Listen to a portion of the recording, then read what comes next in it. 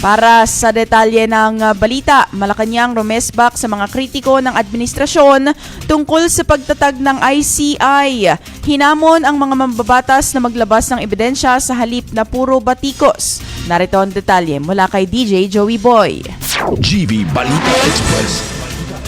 DJ Frankie, hindi pinalampas ng Malacanang ang mga birada ng ilang kritiko hinggil sa pagkakabuo ng Independent Commission for Infrastructure o ICI.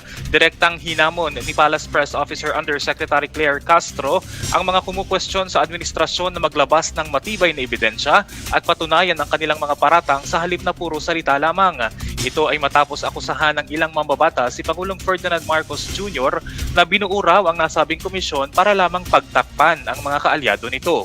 Bilang depensa, ipinaalala ni Castro na maging ang mga nasasangkot sa usapin gaya ni dating Senador Bong Revilla ay naging bahagi pa nga ng state ng administrasyon or slate ng administrasyon noong nakaraang eleksyon.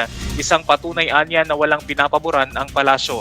Giit pa ni Castro, hindi matatawaran ang dami ng dokumento at ebidensyang nakalap ng ICI sa kanilang investigasyon. Sa halip na punahin ang komisyon, ibinalik ni Castro ang bola sa mga kongresista.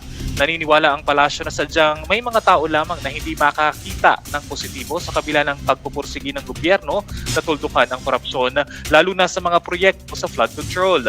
Binigyang din ng opisyal na tuloy ang laban ng Administrasyong Marcos para sa transparency at tapat na serbisyo publiko. Para sa GV Balita Express, ito si DJ Joey Boy sa GV 99.9, your good vibes.